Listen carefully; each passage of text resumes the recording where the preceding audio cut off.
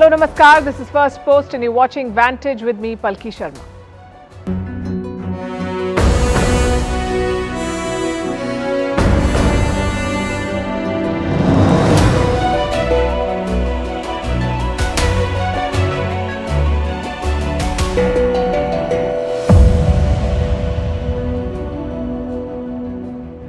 Tonight we bring you news from a press conference. It's usually a routine affair, borderline boring if being addressed by government officials. But in this case, it has churned out many headlines. And for what? For not answering one question that was repeated some 22 times. I guess it takes a special skill to stonewall such persistent questioning. I'm sure you're wondering what I'm talking about. This is about China erasing their foreign minister.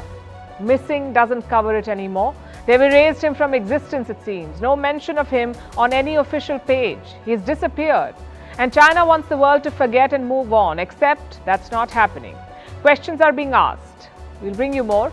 Over in America, they can't get over aliens and UFOs. They held a congressional hearing. It revealed details about secret programs and alien sightings.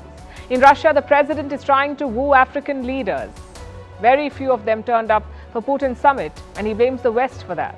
South Korea is on course to becoming a major defense exporter. We'll tell you why India must watch out. And have you heard about time blindness? If you end up being late everywhere, this is a story you must not miss. The headlines first.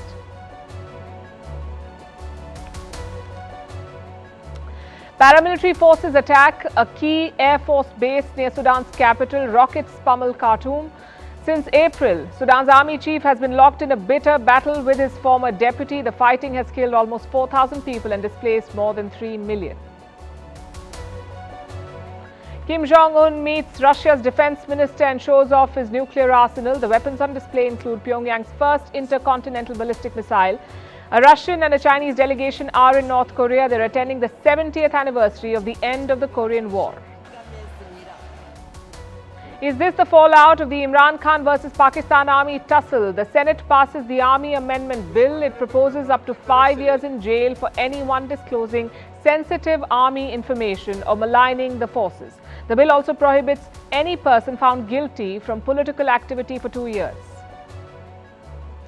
Microsoft is in the European Union's crosshairs again. The tech giant is facing an antitrust investigation. It is accused of building its video and chat app Teams, bundling it rather, with other Office products. Microsoft has raked up $2.5 billion in EU antitrust fines in the previous decade.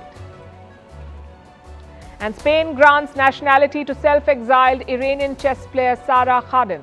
The 26-year-old had fled to Spain after competing in a tournament without avail in December. The chess grandmaster said it was to show support for the protests back home.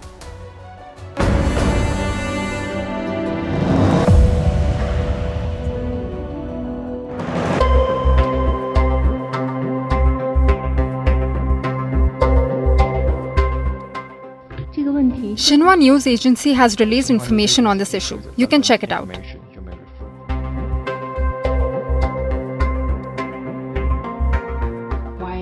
The information on the website of the Ministry of Foreign Affairs is updated in accordance with relevant management regulations. Next question.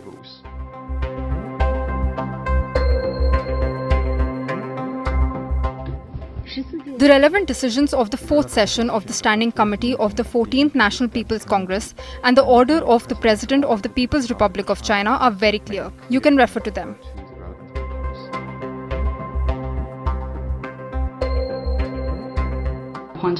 I have no information to provide on this question. Next question.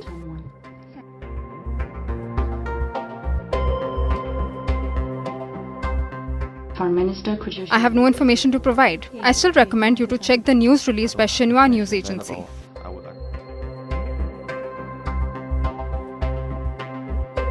From China's Foreign Minister. I have already answered this question. Information is on the website of the Ministry of Foreign Affairs. We updated according to the relevant management regulations.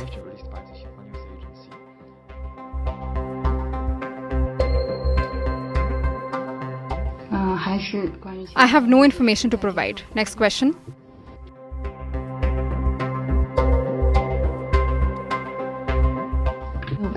I have no information to provide. Next question. Next question, please.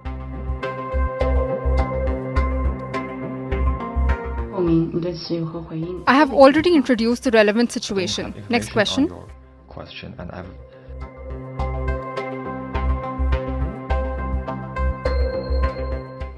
And Xinhua News Agency has released the news, but I don't have any more information. Xinhua Next News question. Agency released the information. It's the new Houdini act. Forget escaping from a tank of water or pulling out rabbits from your hat. China has just pulled off the greatest magic trick ever. Their foreign minister has vanished. It's like he never existed. Just go to China's foreign ministry website, search Qin Gang. You will get 0 results. President Xi Jinping has around 400 articles. Wang has around 700 of them. Now, Wang is Qin Gang's predecessor and successor. You can see statements about his visits from the last decade. But all information on Qin Gang has been purged. He's been erased from official records. If cameras did not exist, neither would Qin Gang. We just showed you how the Chinese government is handling the situation. They have no answers to give, none whatsoever. Reporters posed around 20 questions. Every time the answer was the same. I have no information. Please refer to the media release. And what does this media release say? It has one sentence about Qin Gang's sacking. It says he's been removed from the post of foreign minister. Now, I don't know about China, but here in the real world, we have something called context. We like to know why and how things happen. The world still doesn't know the reason behind Qin Gang's sacking. As a result, there is speculation.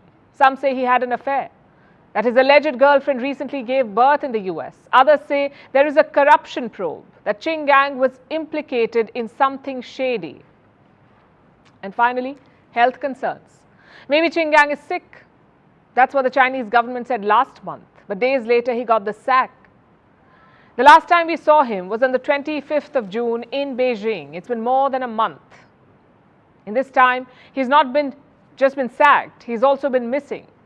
We are talking about a senior cabinet official here, the man in charge of China's foreign policy. How does someone like that disappear? Well, the answer is quite simple. Because the Chinese regime wants him to disappear. High-profile crackdowns are not uncommon in China. Businessmen and celebrities have vanished for months on end. They do turn up eventually, but by then they're very different people. More compliant, more loyal, and more silent. Basically, more communist. Could something similar happen to Qin Gang? The foreign ministry refuses to say. They claim they're opposed to malicious hype. Listen to this.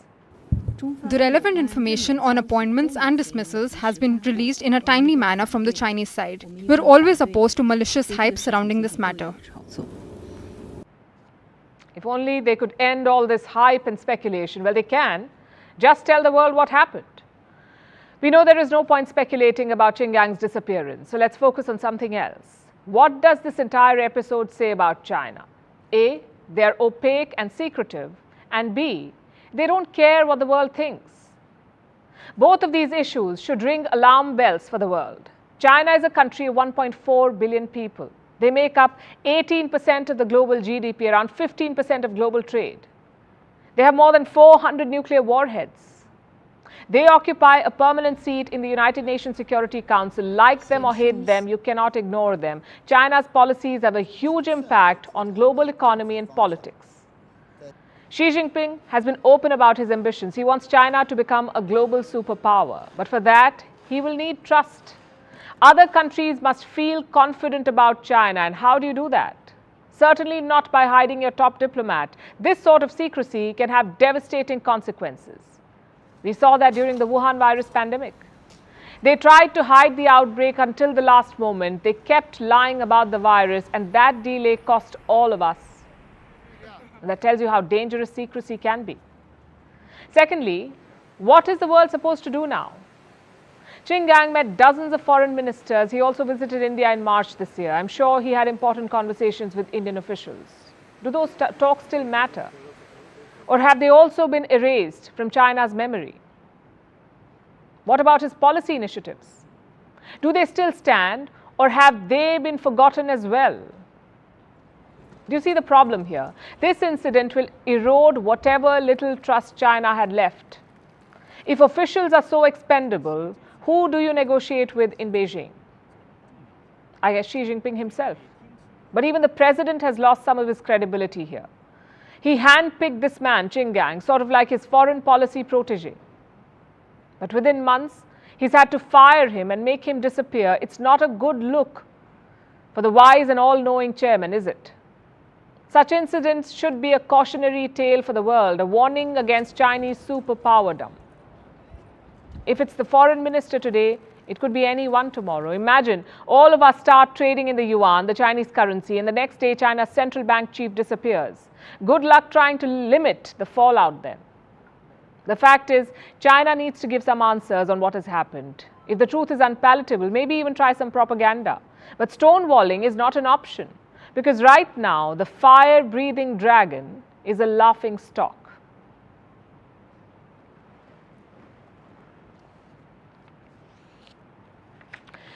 Does America know about aliens? Does it have proof about alien UFOs? And is it hiding that proof? I ask because a sensational claim is making waves. Listen to this. UAP are in our airspace, but they are grossly underreported. These sightings are not rare or isolated, they are routine. UFOs are real, he says, and no, this is not from a Hollywood film. This happened in the US Congress. This claim was made by a group of lawmakers. They were told that America knows about aliens, although as you heard, he used a different term, non-human beings, also unidentified aerial phenomena. Trust Americans to be dramatic. They're talking about aliens and UFOs. And who are these speakers? Former members of the US defense establishment. They worked for the Pentagon. Some flew military planes, others analyzed intelligence. This week they appeared before American lawmakers from both parties. They're conducting hearings, apparently to find out the truth about aliens. So they've summoned witnesses, and these proceedings have attracted global interest for obvious reasons. We heard the testimonies, they're extraordinary. Take, for example, the testimony of a man called Ryan Graves. He's a former American Navy pilot. He told lawmakers about a training session. No dates were mentioned, but here's how the story goes. 2 F-18 Super Hornets were in the air. They were flying in formation. Suddenly, a UFO appeared. And what happened next? Why don't you hear it from the horse's mouth? 2 F-18 Super Hornets were split by a UAP. The object, described as a dark gray or a black cube inside of a clear sphere, came within 50 feet of the lead aircraft and was estimated to be 5 to 15 feet in diameter. The mission commander terminated the flight immediately and returned to base. He says UAP, that's unidentified anomalous phenomenon, what's more commonly called a UFO, unidentified flying object. So what happened after the pilots returned? Graves told American lawmakers that a safety report was submitted, and that's the last that he heard of it. He doesn't know if any action was taken on that report. But this is just one story. Apparently, there were more encounters and more mysterious events. Our next account is from a man called David Fravor. He's a retired US Navy commander. He too delivered a testimony. Fravor was once flying an F-18 jet, and he noticed something strange. As we looked around, we noticed that we saw some whitewater off our right side. It's important to note that the weather on this day was as close to perfect as you could ask for off the coast of San Diego. Clear skies, light winds, calm seas, no whitecaps from waves. So the whitewater stood out in a large blue ocean. All four of us, because we were in F-18Fs, so we had pilots and Wizzo in the back seat, looked down saw a white tic-tac object with a longitudinal axis pointing north-south and moving very abruptly over the water like a ping-pong ball. A small white object moving over the water like a ping-pong ball, he says. At the risk of sounding repetitive, let me remind you, this is not from a movie. All these testimonies happen in real life, and we save the most sensational one for the last. The third witness, his name is David Grush. He's a former intelligence official. He worked in the US Defense Department, that's their defense ministry, and what did he do there? He was on a task force about UFOs, so perhaps he knows better than all the others. And what did Grush say? He said America has had long-standing covert programs. Some date back to the 1930s. And he then went on to talk about aliens. He told lawmakers that the US government has some materials. They are of, quote-unquote, non-human origin, and they were taken from some crash sites. Listen to this. Has the U.S. government become aware of actual evidence of extraterrestrial, otherwise unexplained forms of intelligence? And if so, when do you think this first occurred? I like to use the term non-human. I don't like to denote origin. Keeps the aperture open, both scientifically. Right. Certainly, like I've discussed publicly previously, 1930s. Again, this is on-record testimony, and Grush had more to say. He spoke about a reverse engineering program where crashed vehicles were tested. I have that statement with me. Listen to this. I was informed in the course of my official duties of a multi-decade UAP crash retrieval and reverse engineering program to which I was denied access. So he did not see it for himself, but he claims the program did exist. And this is quite a claim. The Pentagon has been quick to rubbish it. They have, in fact, released a rebuttal. Let me quote from it. The Defense Department Task Force does not have any verifiable information to substantiate claims that any programs regarding the possession or reverse engineering of extraterrestrial materials have existed in the past or exist currently. In other words, the Pentagon says it does not know anything. But convincing the skeptics will be hard. Aliens and UFOs still sound like a far-fetched idea. And look at the careful choice of words. Non-human doesn't really mean alien. It could even be a plant or a sample of something else maybe. So there is still little tangible evidence except for videos like this one. These are unclassified videos. They were part of a US intelligence report.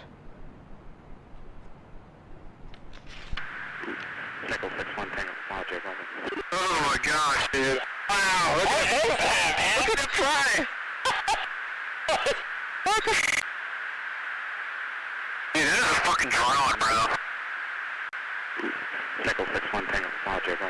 Oh my gosh, dude. Wow, look at it fly.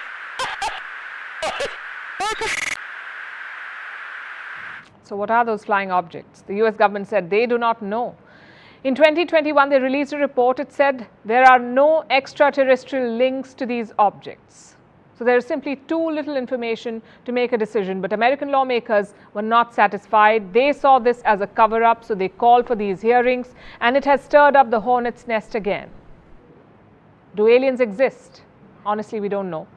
And if you ask me, there are far bigger and more urgent questions that we need to answer first.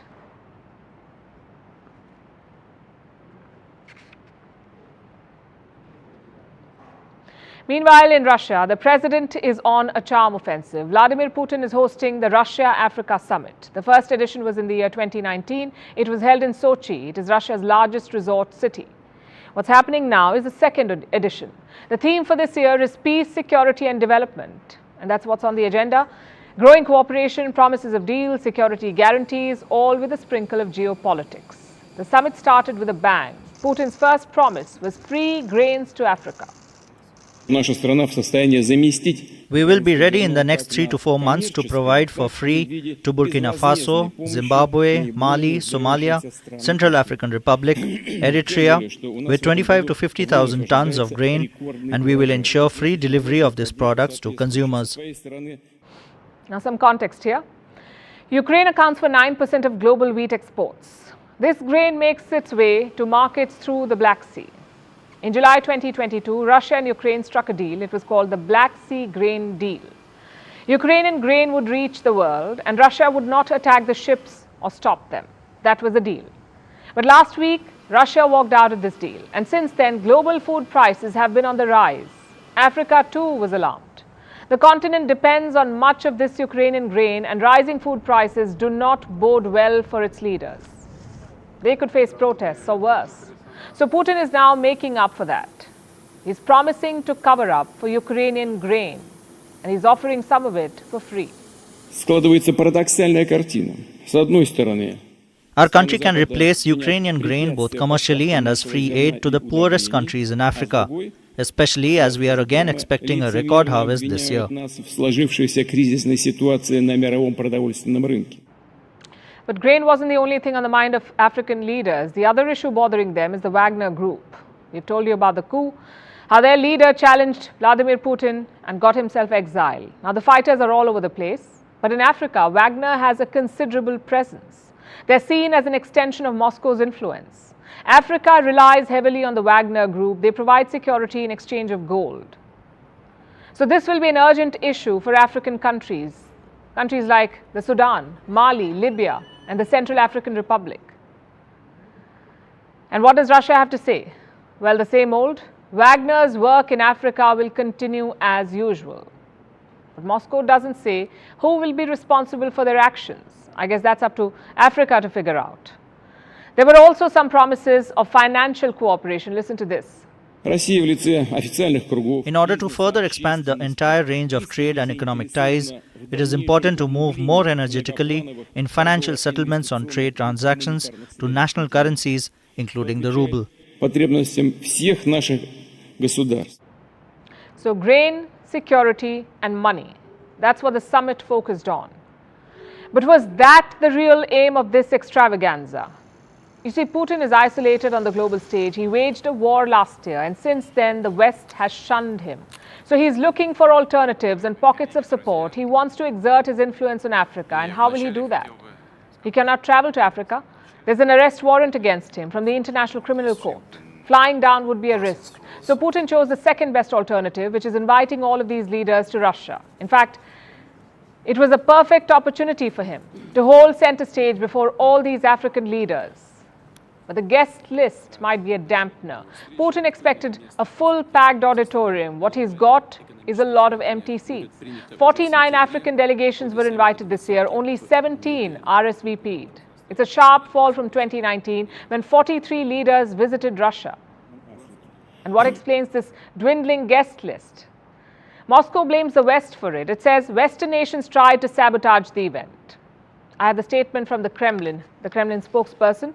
And this is what he said. Virtually all African states have been subjected to unprecedented pressure from the US, and French embassies on the ground have not been sleeping either, along with their Western missions, who are also trying to do their bit to prevent this summit from taking place. So Moscow says African countries were subjected to unprecedented pressure. But is that really what's happening? The Ukraine war has divided the world. Countries were quick to choose sides. Africa did not. It has been mostly neutral. African countries did not want to get drawn into a Cold War-like situation. They wanted to avoid camp politics. Also look at Russia's footprint in the continent. It has a high profile, yes, but not enough investment to show for it. In 2019, Putin vowed to double bilateral trade within 5 years, but that's not happening. Trade is stalled at $18 billion per year.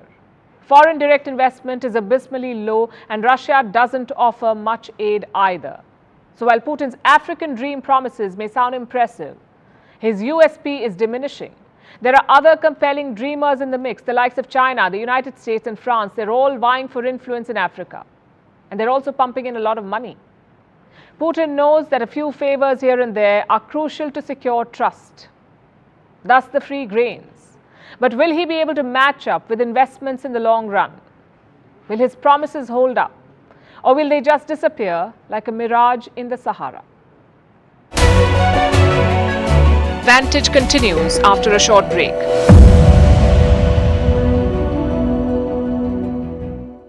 That a temporary painkiller is not enough. We need a permanent solution, and the centre needs to look into this.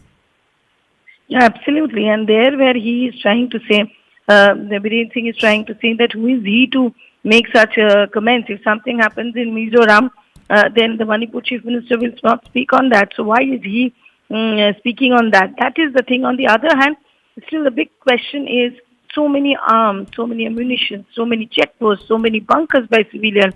That tough question was also asked by CNN News 18 to Biren Singh, where he said that the central and the state government, they're trying to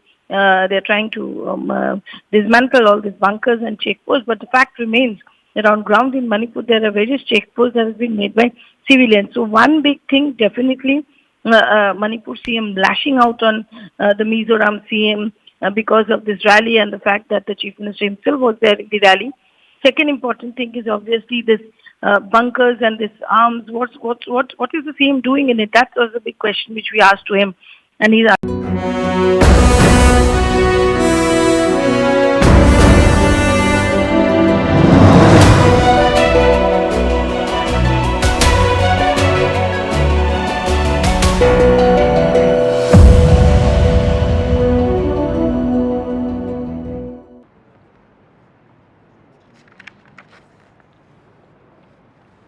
Our next story is about the global arms bazaar. It could see a shake-up soon. New challenges are rising to take on the incumbents. Tonight we focus on South Korea. South Korea wants to be a major arms dealer, and today it took one step closer to that goal. A South Korean firm has won a contract. The name of this company is Hanwha Aerospace. It has won a deal to build infantry fighting vehicles. And who is the buyer? The Australian Army. They will pay at least $3.4 billion for 129 infantry fighting vehicles. This is one of the largest projects in the history of the Army. The cost will be subject to detailed negotiations, but is expected to be between $5 and $7 billion. Now, this is a big deal. It's been called a historic agreement, and I'll tell you why. It is for the first time that an Asian company has bagged a defense deal from Australia. Although Hanwha Aerospace is not a new player, it is South Korea's largest defense contractor. And this was not an easy bid to win. There was another formidable player in the mix, Germany's Rheinmetall. Again, a well-established player. The bidding went down to the wire. Australia's opposition personally endorsed Rheinmetall, the German company. But Canberra decided to go the other way. And they realized this might not sit well with Berlin. Rheinmetall said it was disappointed. An Australian minister tried to contain the damage.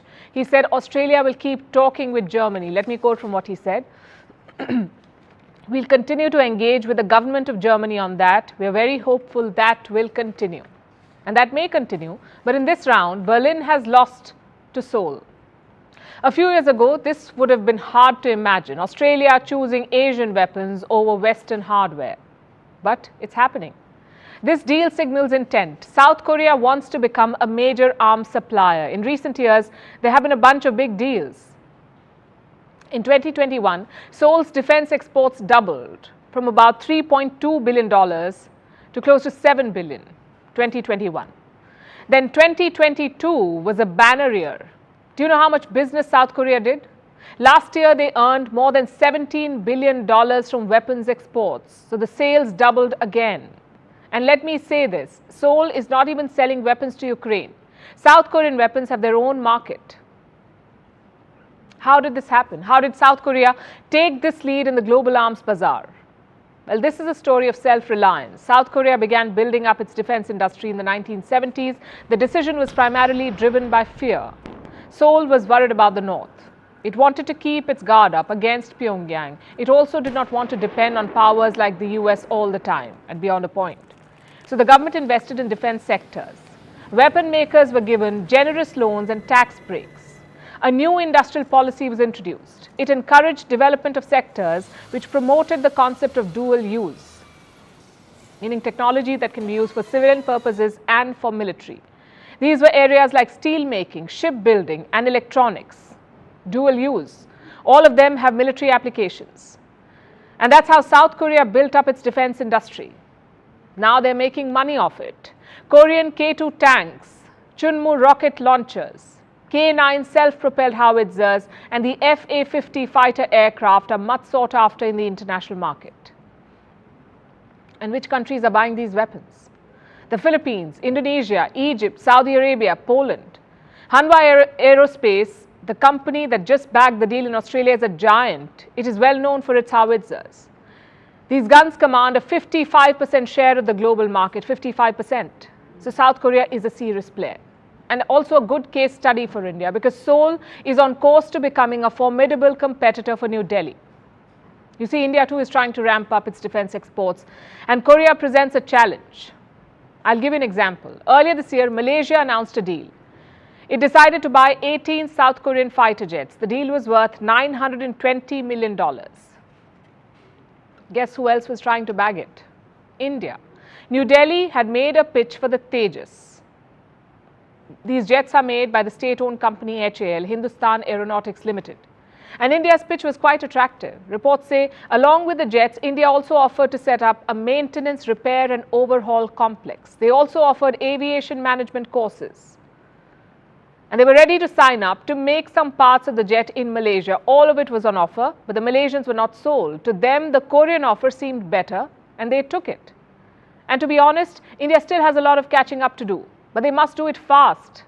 You see, the global arms bazaar is opening up. There are more opportunities than before. And there is space for countries like India and South Korea. They provide effective weapons, comparable technology at competitive prices. But there is less time to fully capitalize on this opportunity. If India wants to compete seriously, it must watch out for the Koreans.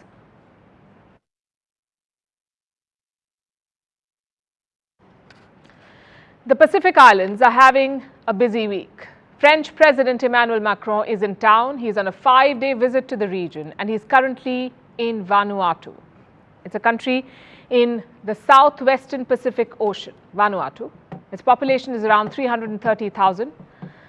Macron was given a traditional welcome by the government there. He attended a cultural event. He held talks with Vanuatu's Prime Minister and then he dropped a statement, the kind that you expect newspapers and channels to pick up immediately. The French president said, there is a new imperialism in the Pacific. Listen to this. A new imperialism is emerging in the Indo-Pacific, particularly in Oceania, and a logic of power is threatening the sovereignty of many states, the smallest and often the most fragile. So what exactly is Macron talking about? You see, the Pacific has become a battleground, a new battleground. It has traditionally been America's backyard, but in the last decade or so, China has made giant strides. So now it's a race. This month, China signed a policing deal with the Solomon Islands. Before that, the Americans struck a deal. They signed a defense agreement with Papua New Guinea. In fact, Joe Biden's top officials are in the Pacific right now. Foreign Minister Antony Blinken is in Tonga. Defense Minister Lloyd Austin is in Papua New Guinea. But which side is Macron on? You would think he's with America, but he isn't. The French president is offering a so-called alternative. He says he's against hegemony and confrontation. So he's pitching the French way. The question is, can he back it up? France does have presence in the Pacific Ocean, and I do not mean warships or aircraft carriers. France has sovereign land in the region. New Caledonia, French Polynesia, and Wallis and Futuna. France owns these territories. Around 1.6 million French citizens live here. Their exclusive economic zone spans almost 9 million square kilometers. My point is, France is a Pacific power, which is also why Macron's declaration is problematic. Yes, there is new imperialism in the region. America is taking over military bases. China is taking over policing duties. But what moral ground does France have? These Pacific territories are vestiges of French colonialism. Some of them have tried to break free. In 2021, New Caledonia held a referendum. Around 96% of the population chose to stay with France, not break free. There are pro-independence groups, but they boycotted the last vote. So before talking about new imperialism, maybe acknowledge the old one. President Macron has not described his Pacific plan in detail, but there are 3 broad themes. 1 is more political and military engagement. 2, more development aid. And 3, help against natural disasters. You see, Pacific Islands are on the front lines of climate change. It is their most pressing problem. But why is Macron pitching an alternative? Would it not be easier to join the Americans? Well, technically, yes. But there are 2 reasons why Macron is going alone. The first is AUKUS, the submarine alliance between Australia, the UK and the US, AUKUS, AUKUS. France was supposed to be building these subs for Australia, but that deal was snatched from them. And what's worse, there was no heads up. The announcement was a total surprise for France, and since then, Macron has pursued an independent Indo-Pacific policy. He's even reached out to India for that. So that's one reason. The second reason is more elaborate. French leaders, including Macron, are not happy being junior partners. They have bigger dreams. Call it Napoleonic tendency or strategic autonomy, but that is the truth. Meet Charles de Gaulle. He was president of France in the 1960s. His policies were aimed at creating a supranational Europe, not a lackey of the US, but a counterweight. That's what he wanted. He wanted to create a European army. He also downgraded France's membership in the NATO. In 1966, France exited NATO's military command structure. They rejoined only in the year 2009. So France has always had big ambitions, but Macron is cut, and perhaps Macron is cut from the same cloth. He has also proposed the creation of a European army. In the month of April, he had some tough words for the US. He said Europe cannot be America's follower. So the intent has been there, not just now, but even 60 years back. Which brings us to the question, what is holding France back? Well, in Macron's case, it is politics. He is an embattled leader at home. He has been pushed from one protest to another. In such situations, you cannot really spend much time on foreign policy. That is one problem. The second is the lack of economic heft. France's share of the global GDP is just 3%. The US makes up 24%. China makes up 18%. In fact, Germany, Japan, India, and the UK rank above France. Does that mean Macron's Pacific push is doomed to fail? Well, maybe not. His talk of a middle ground will attract attention for sure. If you align with the US or with China, the risks are higher. They may talk about peace and strategy, the US and China, but let's be clear, both these countries want staging grounds in the Pacific. No one is asking the Pacific countries what they want. Do you know what they want? Climate action. They need funds, knowledge, and resources to tackle climate change. It's a pressing issue for them, an existential issue. It's way more important than Taiwan or the South China Sea. If you can give them that, you can build lasting partnerships.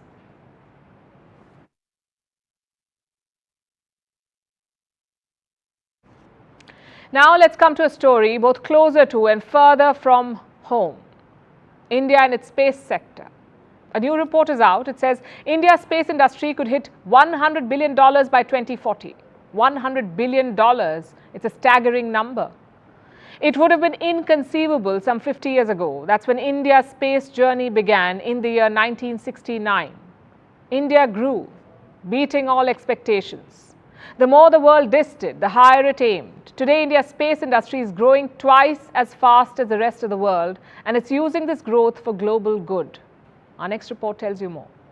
3, 2, 1, 0. What do you think of when you hear the term India's space sector? Perhaps the Indian Space Research Organization, also known as ISRO. Maybe you think of ISRO's recent Chandrayaan-3 lunar mission that's trying to land on the south side of the moon as we speak. Or perhaps the regular satellite launches from Indian installations, often for other nations. Since 1999, India has launched 381 satellites for 34 countries, and that has brought in about $279 million. So India has been making a name for itself in the commercial space race. Both the scientific and commercial Indian space ventures have been growing by leaps and bounds. And the commercial in particular is gaining global recognition. A report has just been released by Arthur D. Little. It's a consultancy firm headquartered in Belgium, and it predicts phenomenal growth in India's space industry. The report says India's space sector could reach revenues of $100 billion by 2040. That's the best case scenario. At the very least, the space sector could bring in $40 billion annually by the end of the next decade. These are very encouraging numbers. India's space industry generates about $8 billion in revenue at present, so it is predicted to grow anywhere between 5 to 12.5 times in the next 18 years. That's a minimum prediction of 5-fold growth, going up to 12.5 times. It's far ahead of the rest of the world. At the very least, India's space sector is expected to grow at twice the global average, which it's already doing. India's space sector currently grows at about 4% annually compared to the world average of 2%. So the country is already outperforming the world. If it just stays on its present course, India's space sector should hit $40 billion by 2040. But in order to max out its growth, India needs to change a few things. According to Arthur D. Little, to hit $100 billion in space revenue, India can do the following things: enact clear and comprehensive space regulations, strengthen space equipment manufacturing capabilities, encourage foreign investments in satellite facilities, use production-linked incentives to become a satellite manufacturing hub, collaborate with international companies through joint ventures and acquisitions, support early-stage space startups, and build a skilled workforce to work in the space sector. It's a lot of work, but India seems keen to put in the effort to modernize. The Indian space sector is already opening up to privatization.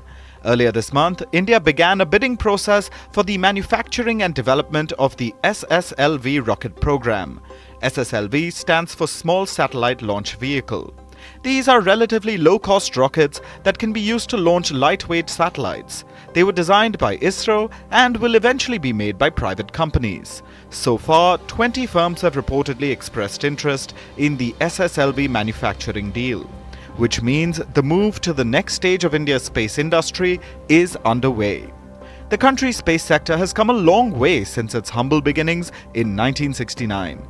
Back then, the world didn't believe India could do it. After all, India was a country with tremendous poverty. It was always extremely talented, blessed with some of the best scientific minds.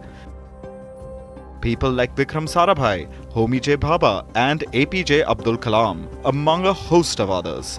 But despite this, no one thought India could fulfill its lofty dreams. And so, no nation really offered to help. Fast forward to about 50 years later, and we get this Arthur D. Little report. Now this is just one report, and India still has a lot to do to achieve its goals. But finally, it seems the world is waking up to its immense potential.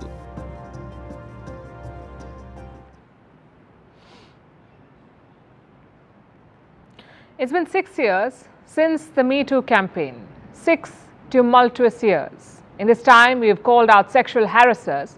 We have unmasked dozens of predators. But how many have we punished? I ask because of the Kevin Spacey trial. The actor has been acquitted by a court in London. He was accused of 9 sexual offences by 4 men. All the cases were in the same period, from 2004 to 2013. But the jury did not convict him. They found him not guilty of all the offences. So Spacey walked out a free man. He says he's humbled by the verdict. Listen to this first. I imagine that many of you can understand that there's a lot for me to process after what has just happened today. But I would like to say that I'm enormously grateful to the jury for having taken the time to examine all of the evidence and all of the facts carefully before they reached their decision. And I am humbled by the outcome today. Kevin Spacey had been accused by around 30 men. Not all of them went to court, 30 men. Those that did had multiple allegations of groping, of drugging, and of assault. Spacey denied all of it. He said the accusers were out for money, but he did admit to 2 things. 1, that he was a quote-unquote big flirt, and 2, that he often made, and I'm quoting, often made clumsy passes, whatever that means. The accusers did testify against Spacey, but the jury was unmoved. They declared him innocent. There is already talk of him making a comeback. You see, when the allegations emerged, Kevin Spacey became kryptonite. No one wanted to work with him, but now he's plotting a return to mainstream acting. Johnny Depp did the same after his domestic violence case. So tonight we're asking an important question. Have courts failed the Me Too movement? And Kevin Spacey is just one example of it. American comedian Bill Cosby was accused by 60 women, 60. In 2018, he was convicted and jailed for 10 years. It was seen as a huge moment in the Me Too campaign, but the joy did not last. In 2021, that conviction was overturned. Bill Cosby walked out a free man. Another example is Mario Batali. He's a celebrity chef in the United States. He was charged with sexual assault in 2019, but last year he was acquitted. The situation is no different here in India. The conviction rate in crimes against women is just 26%. 1 out of 4 accused is not convicted. Only 1 is convicted, in fact. If the accused is powerful, he can do a lot. Intimidate his accusers, bribe officials and judges, even slap defamation cases against his victims. This is the unfortunate truth of Me Too cases. They've shaken our collective conscience. They've also exposed the true face of powerful men. But when it reaches court, it's different. Take a look at France. Only 14% of rape allegations led to jail time. Only 14%. Between 2019 and 2020, the number of convictions, in fact, declined. By how much? Almost 31%. What explains this trend? Why do Me Too cases fail in court? There are multiple reasons for that. One major reason is the type of legal system in place. Western countries use a jury system. Ordinary people are constituted into a panel. This panel will decide whether the accused is guilty or not. It may sound like democracy in justice, but not every case is easy to understand or decide on. Some of them are complicated, like Me Too cases, very complicated. Do jurors understand the concept of power disparity or the idea of consent? Maybe some of them do, but we live in a politically charged world. Me Too cases have become legal and political flashpoints. So using juries may not be ideal. The second reason is time. Accusations have emerged or often emerge after years or decades. So evidence is hard to get. In such cases, it becomes a he said, she said situation. The Kevin Spacey case is one such example. As always, the court believed what he said. A third reason is the way our police and courts are designed. They're not sensitive enough. They're not concerned about why this movement emerged. Hence all the acquittals. And let's be clear about one thing. An acquittal does not mean the accusers lied. It does not mean the Me Too movement was a farce. It means our legal systems need an upgrade, and an urgent one at that.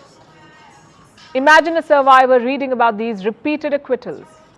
It could traumatize women who have come out, and it may also scare away women who haven't. So our courts and laws need a reboot. But until then, what can we do? For starters, do not rehabilitate these people. We've seen Me Too accused return to mainstream jobs as actors, as businessmen, as journalists, and as politicians. And this is a dangerous trend. You're putting more women at risk by rehiring these predators.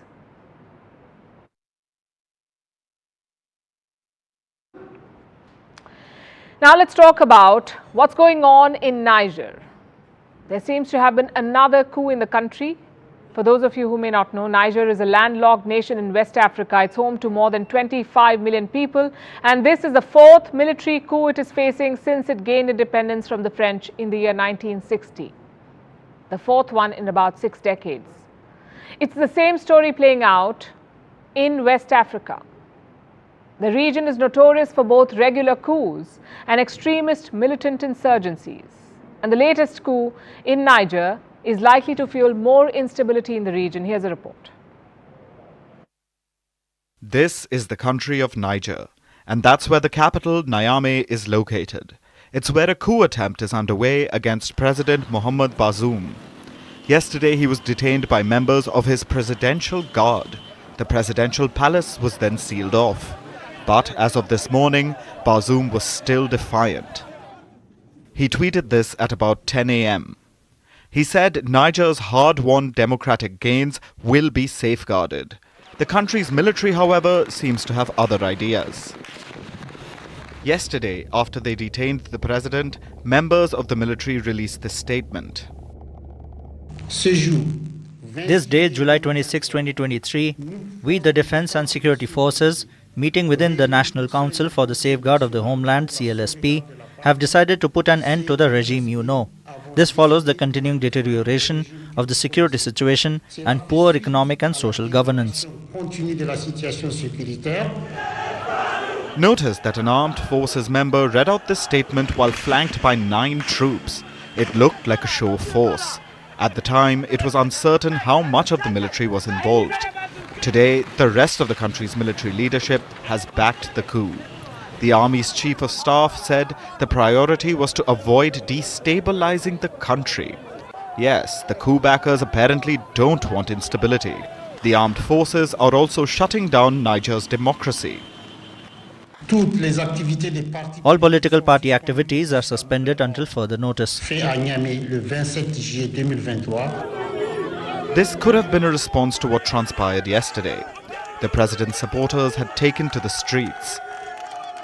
We are here to defend democracy, we are here to defend the republic, we are here to show our commitment to the rule of law and to say no to any attempt to seize power by force or arms. The coup plotters had to fire warning shots to drive the crowd away. The military also took control of all roads leading to the national television station. Concerts and movies were broadcast all day, seemingly in an attempt to keep the people calm. Meanwhile, the coup has drawn widespread international condemnation. The Secretary General is following closely the situation in Niger. He condemns in the strongest terms any efforts to seize power by force and to undermine democratic governance, peace and stability in Niger. The Secretary General calls on all actors involved to exercise restraint and ensure the protection of constitutional order.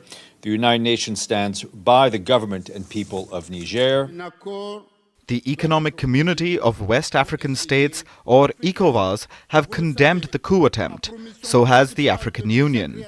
The head of the African Union, who is in Russia for a summit, issued this statement from the podium today.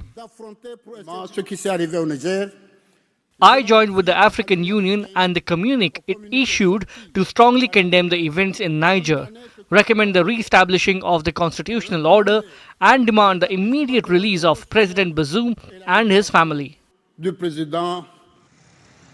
So there's definitely resistance to the coup. But will it matter? Both Niger and the West Africa region as a whole is quite used to military takeovers. This is Niger's fourth coup since it gained independence in 1960. And there have been multiple failed coup attempts in the past. When Bazoum became president, that was the first peaceful democratic transition of power in Niger. Every other presidency has ended with a coup. And like we mentioned, the entire West Africa region is used to armed forces taking control. Look at this list beginning from just 2000. Burkina Faso, 3 coups, 2 of which took place last year. Mali, 3. Guinea, 3. There was a coup in the neighboring Central African nation of Chad in 2021.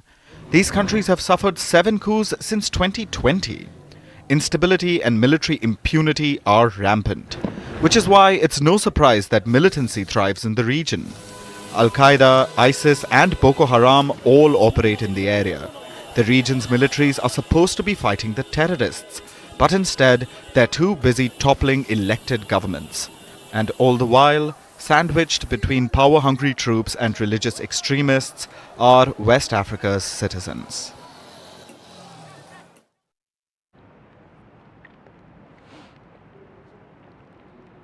And now let me tell you about IST. For the rest of the world, this refers to Indian Standard Time. But I'll let you in on a little secret. We Indians have a slightly different definition for it. To us, IST is Indian Stretchable Time. For instance, if you're invited to an Indian wedding at 8 p.m., it will probably begin at 10:30 p.m. and I'm being generous with the timing here. It's almost like a mutual understanding. We're all on the same page, much like tardy telepathy. But let me clarify, we aren't the only latecomers. People across the world struggle with being on time. According to a survey, 12% people are late to work at least twice a week. 12%. Running late is the only exercise many people get. Now, American Gen Z is proud to be part of this club, and Gen Z, being Gen Z, even has a word for it. It's called time blindness. It's popping up across the American workforce. People are showing up late to work, then requesting that their time blindness be accommodated. As expected, this has received mixed responses. But before I get to that, what is time blindness? It refers to a skewed sense of understanding time. Time blind people either under or overestimate the time a task will take. To them, time is just an immeasurable chunk. Frankly, it sounds bizarre. Is time blindness even a real thing? Well, here's what the experts say. Time blindness could be a symptom of a mental health issue. Like with people who have ADHD, they can become hyper-focused on an activity and lose track of time. But very few psychologists treat time blindness as a mental condition by itself. They say time-blind people should not be given special treatment. I know, there goes your chance of using it as an excuse. Time blindness is basically a fancy word for being perpetually late. Points for creativity, sure, but it's kind of like saying that you have phobe. That's the fear of being early, F-O-B-E. It's not a real thing, at least not yet. We made it up. Just an excuse to avoid arriving too early at a party. Fear of being early and losing your street cred. And that's really the reason why people are late to things. So why are they? Why are people late? A Washington University study says being late is genetic. Some studies blame childhood experiences. People often mimic their parents' tardiness or even rebel against overly punctual parents. There is no winning this, right? Science also says that some people are hardwired to be late. They function on autopilot mode. Others like playing crisis maker. Such people need an adrenaline rush to get going. Sometimes lateness is a product of sheer optimism. People underestimate the traffic, for instance, then sleep through every one of their 10 alarms. If time isn't your friend, maybe you can relate to one of these reasons. But for those who are punctual, these are simply excuses with an element of selfishness. For instance, people are late for dinner with friends, but how come they arrive on time for job interviews or flights? It's a fair question. And the time-challenged are likely to face it regularly. After all, our world considers it a moral virtue to be on time. There is a whole industry dedicated to timeliness. According to some reports, it's worth more than $90 billion. It enthusiastically offers analog clocks, digital clocks, alarm clocks, timers, planners, self-help books, articles, even motivational posters, the kind that say, Taylor Swift has the same 24 hours in a day that you do. And people buy into this. They don't just strive to be punctual. They also demand it regularly, especially from their airlines. And this Brazilian airline is the most punctual in the world. It was on time 89% of the times. Haneda Airport in Japan is a proud member of the Efficiency Club. It's the most punctual airport in the world. And for all the jokes that we crack about IST, Kempegowda International Airport in India is the second most punctual one. The next three most punctual airports are in the US. But that's not all. We even expect punctuality from our trains. Some countries take it a little too far, though. In 2017, for instance, a Japanese rail company issued an apology because its train left 20 seconds early. It is odd. But as I said, punctuality is seen as a virtue, at least in many societies. Germany, Britain, France, Switzerland, and Japan are meticulously punctual, whereas many Latin cultures and Asian countries like India and China practice flexible time. But even in these countries, latching on to the time blindness trend will not fly. Being fashionably late is hardly ever in fashion, but then again, people just can't help it. Some are born late, some achieve lateness, and others have lateness thrust upon them. And now it's time for Vantage Shots, images that tell the story. We're starting with the United States. A burning crane came crashing down from a high-rise in Manhattan. The crane was carrying 16 tons of concrete. 2 firefighters and at least 9 other people have been injured. Meanwhile, Senate Majority Leader Mitch McConnell just experienced the longest 19 seconds of his life. So did everyone else in the room. No, they did not do a plank together. McConnell went abruptly quiet in the middle of a news conference. Everyone was confused. He was then escorted away, and when he came back, he said he was fine.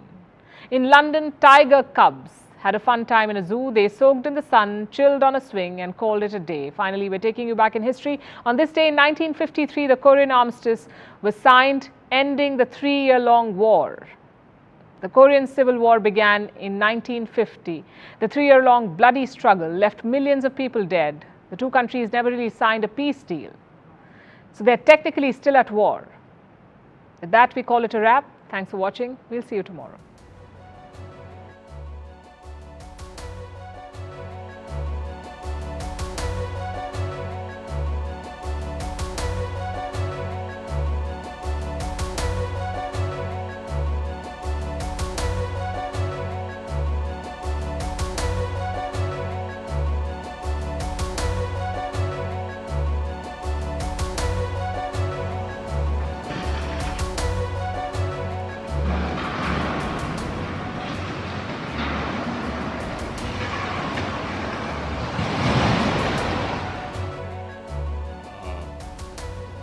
week. It's been good bipartisan cooperation and a string of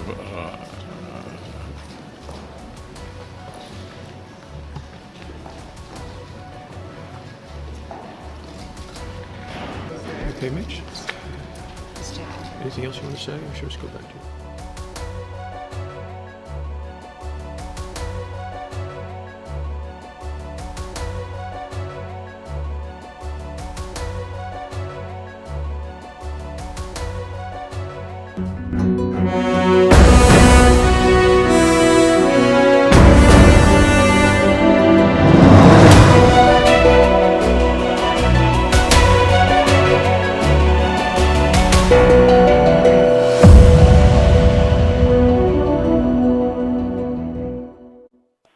Along with that, another big thing which came up is definitely is trying to make some legislative committee, has made some legislative committee.